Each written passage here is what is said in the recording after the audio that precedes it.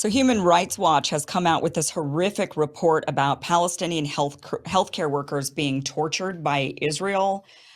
This is the report that has just been released today, saying Israeli forces have arbitrarily detained Palestinian healthcare workers in Gaza since hostilities began in October of 2023, deported them to detention facilities in Israel, and allegedly tortured and ill-treated them. The detention of healthcare workers in the context of the Israeli military's repeated attacks on hospitals in Gaza has contributed to the catastrophic degradation of the besieged territory's healthcare system. According to this report, they have detained over 300 healthcare workers, doctors, nurses, and other healthcare workers, paramedics, and taken them to detention facilities and basically tortured them, didn't tell them why they were there, what they were being charged with, why they just suspected everybody of being Hamas. After they would go into a hospital, they would round up all of the men, any male between a certain age, 15 and maybe within their 50s or 60s, and they would strip them down naked, send them off to these detention facilities, and treat them like they were Hamas and torture them and do all of these really awful things that we've been hearing about coming out of these Israeli prisons. I'm going to read a little bit from this report. I just have to warn you that it's quite graphic and it's absolutely disgusting that this is going on. And remember, this is happening in multiple facilities. So this isn't just a Steve Hyman, which we've learned about them having a lot of torture and rape going on there. This is happening at so many different facilities that this isn't just a group of rogue IDF soldiers who are just, acting on their own. This must be a systemic way of behaving within the IDF. So it goes on to say, from March to June 2024, Human Rights Watch interviewed 8 Palestinian healthcare workers who were taken by the Israeli military from Gaza between November and December 2023 and detained without charge for between 7 days and 5 months. 6 were detained at work following Israeli sieges of hospitals during they were during hospital evacuations that they said had been coordinated with the Israeli military. None of the healthcare workers said they were ever informed of the reason for their detention or charged with an offense. Human Rights Watch also spoke with 7 people who witnessed Israeli soldiers detaining healthcare workers carrying out their duties. So they're talking to these 8 different people that were at several different facilities, and they all had very similar stories. They said all the healthcare workers interviewed provided similar accounts of mistreatment in Israeli custody.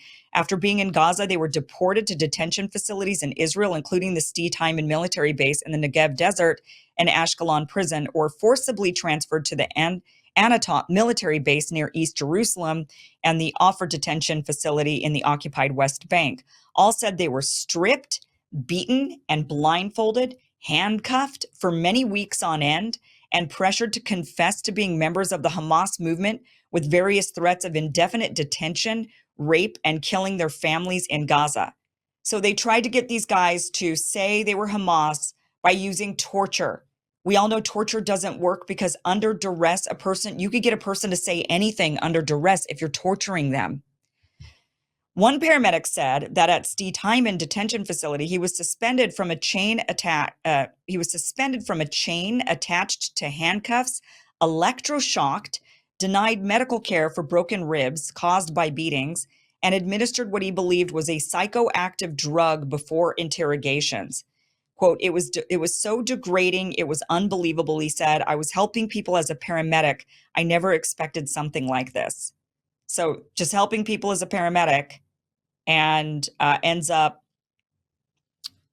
being stripped and degraded and beaten. It says healthcare workers are also reported being punished in detention for moving or speaking and collectively punished if other detainees spoke.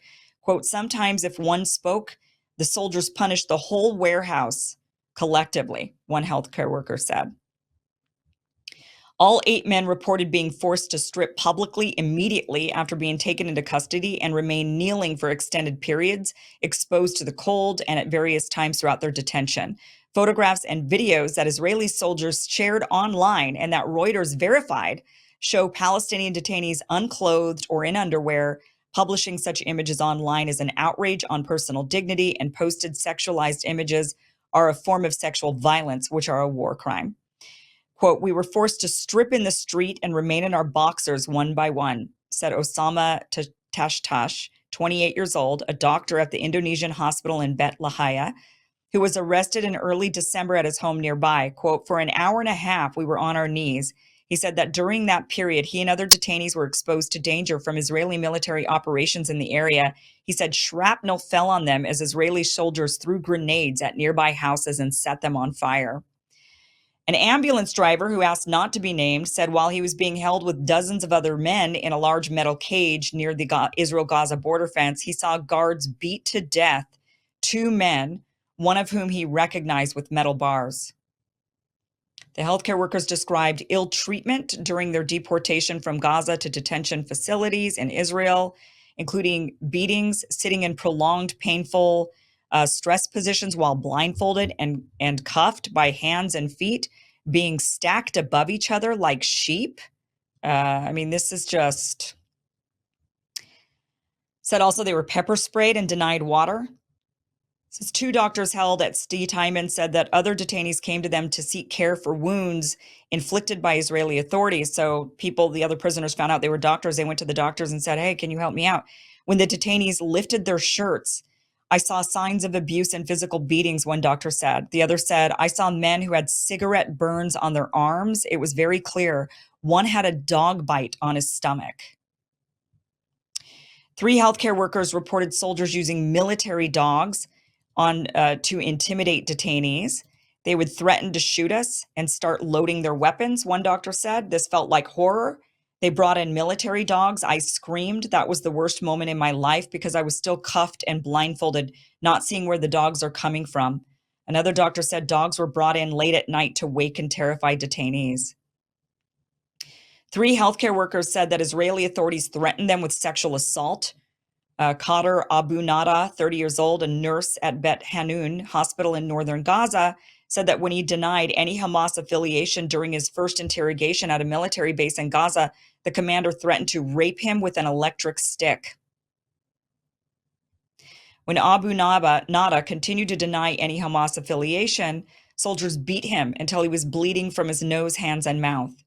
Abu Nada said the commander then asked him where his mother was and threatened to bring her from the checkpoint where he was arrested and strip her in front of everyone. Said, quote, when I heard this, I was psychologically broken. I felt humiliated, he said. He said he was threatened with rape again prior to his release.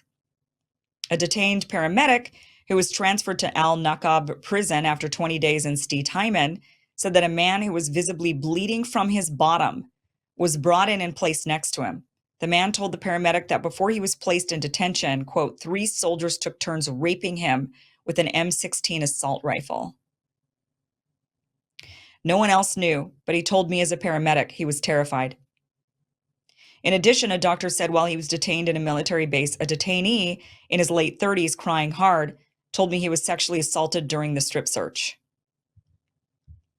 All the healthcare workers described horrific conditions in detention.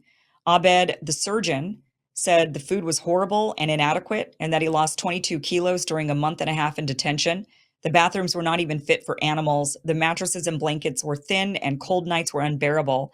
In the cells, water for toilets and for drinking was only available for 1 hour a day, with the disgusting stench emanating from the non-flushable toilets. They gave us a bag for the garbage. We used it to fill it with water and drink from it later. It smelled horrible, but we had no choice.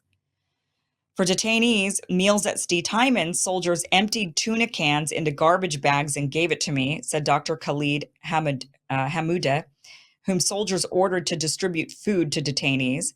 Quote, one time I saw a soldier spit in the bag. Many detainees were starving and telling me they were hungry. A nurse detained at Anatot said, we got 2 meals a day. It was terrible food. I would just drink water. There were no fruits, not even apples. They gave us food to just survive the day. 2 prisoners had their legs amputated due to handcuff injuries, which unfortunately is a routine event, said one of the healthcare workers. Quote, my wrists hurt so much they felt paralyzed and numb. I cried so much I couldn't take the pain, Abu Nada said. When he asked a soldier to loosen his cuffs, he said the soldier repeatedly kicked his head instead. I told him, kill me. I can't take it anymore. Kill me already. Israeli soldiers ignored or beat him in response to his multiple requests to loosen his handcuffs. As Physicians for Human Rights Israel has reported, prolonged physical restraint causes intense pain and can result in permanent nerve damage that interferes with using the hands and in extreme cases can lead to death. The healthcare workers also all reported prolonged, near constant blindfolding. And according to Physicians for Human Rights Israel, blindfolding can, even with short-term use, induce visual hallucinations in healthy individuals over extended periods. Prolonged use of blindfolds can contribute to the onset of anxiety disorders, depression, substance abuse, and PTSD. A nurse at Ada Hospital in North Gaza, who asked not to be named, said that on November 21st, he was injured when an Israeli airstrike hit his hospital. He had emergency surgery at Ada Hospital to stabilize broken fingers and a torn tendon in his right hand, which was then placed in a cast, and an open wound on his left hand was wrapped in gauze.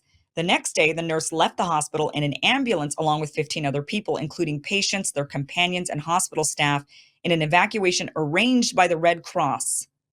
The hospital shared our car license plate number, IDs, names with the Israeli military, and everything was approved. What do you think happened? Shortly after their departure, Israeli soldiers at the Kuwaiti roundabout stopped the ambulance and ordered all passengers to exit.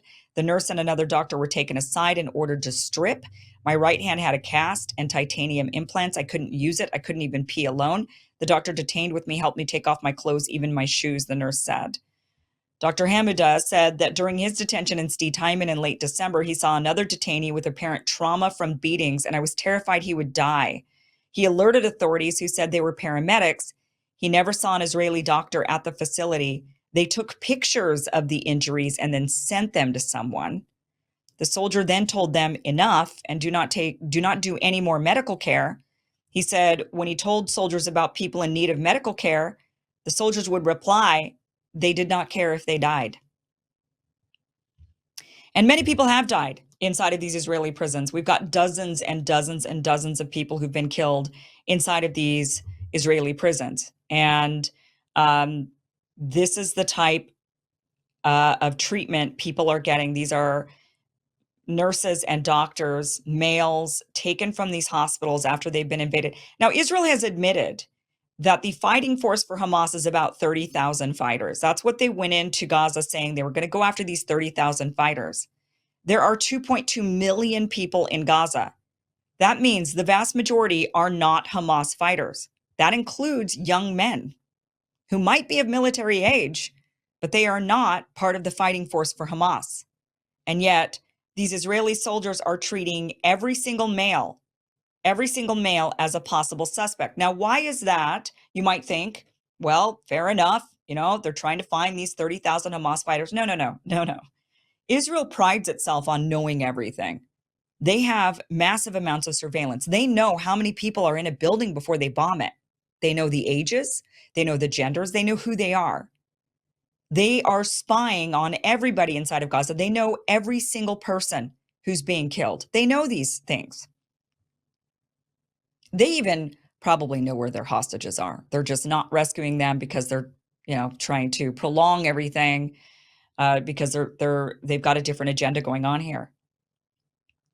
So for them to act like they when they detain these people and they're just trying to suss out whether or not they're Hamas, they know who the Hamas fighters are. They've said they've got 30,000 of them. They know who they are.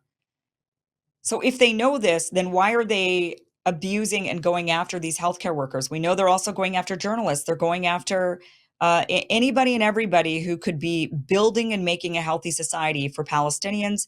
They're going after them. Anybody who's reporting the abuses, they're going after them. Journalists report the abuses, and so do doctors, so do nurses, so do healthcare workers, and they're going after them. And they're frightening them, they're beating them, they're torturing them. And the fact that this is happening in a variety of prisons across Israel just goes to show that this is not a one-off issue. This isn't just a group of rogue soldiers who are just assholes and they're just doing their thing. No, this is a systemic problem inside of the IDF and furthermore inside of Israeli society.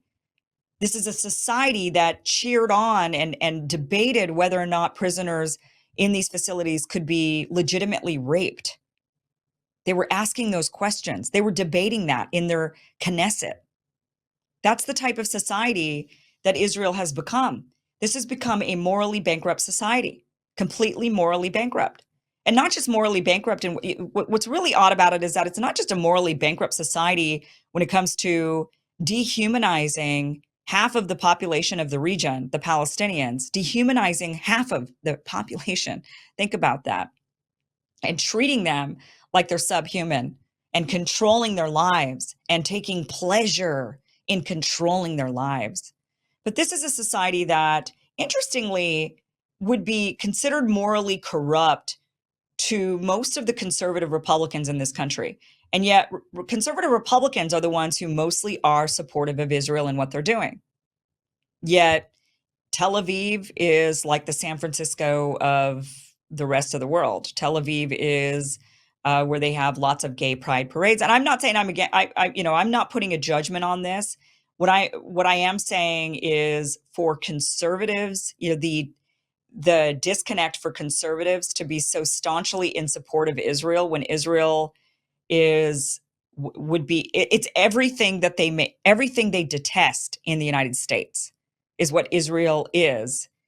And yet Republicans champion this, and they think that we've got to do everything we can to support Israel. We've got to help Israel. Israel harbors more pedophiles from the United States, evade eviction and evade prosecution by running off to Israel and seeking harbor there. And they don't extradite them back here. They're able to go there. There was an entire ABC study that was done on it only a few years ago, showing how pedophiles in the United States are able to run off to Israel and seek refuge there. You've got massive gay pride parades going on. These are the things that conservatives hate. Israel, the government pays for transitions, gender transitions. They pay for it, paid for by the government. They'll transition a man to a woman or a woman to a man. Things that conservatives don't like happen in this society. And then other things, of course, are happening that people are like the genocide and the dehumanization of another group of people. This is a morally bankrupt society. And conservatives are supporting them, or, there's a lot of Democrats as well that are supporting them. And we really should be asking a lot of questions about why we're supporting this type of behavior where they could dehumanize prisoners to this point, treat them like this, rape them with electric sticks and M16s, murder them in prison, and all without consequence. Instead, what do? We supply them with more weapons. What do? We give them whatever they want blindly. And what do? They brag about how they've bought off our government. They brag that it is good for you politically. If you want to win an election, then you need to be pro-Israel. AIPAC brags about this, openly brag. Could you imagine if China openly bragged and said, look, being pro-China is good politically, because anybody who's pro-China wins their elections because we fund them. And if you're against China, we put a lot of money against you. And so, it's good for America to be pro-China. Could you imagine? Now, some people might say, well, but it's different because one's an adversary and one's an ally. What's an ally? Allies change. Germany is an ally. They were once an adversary. Russia was once an ally, now an adversary. Things change. And when a country is caring about itself as it should, then they will make allegiances and they will turn alliances into adversaries as needed that benefits their country, as they should. But here we are, aligning ourselves with a nation, giving them whatever they want, allowing them to run our elections and our media and censor our population. And you've got all of these supposed anti-war Republicans, who are against the war in Ukraine and Russia, and yet they support Israel blindly. They then will demonize and criticize all of the wokeness in the United States, but totally turn a blind eye to the wokeness in Israel. I mean, we're living in a clown world. But this report is really, really disgusting. What is happening there? So what's going on is not just bombing of civilian populations and blowing things up. They just blew up a 700-year-old mosque the other day and didn't even barely make the news. If somebody blew up something in Israel that was Jewish from 700 years ago, the media would just have an absolute a meltdown over it. But the Israelis doing it's just, but Hamas.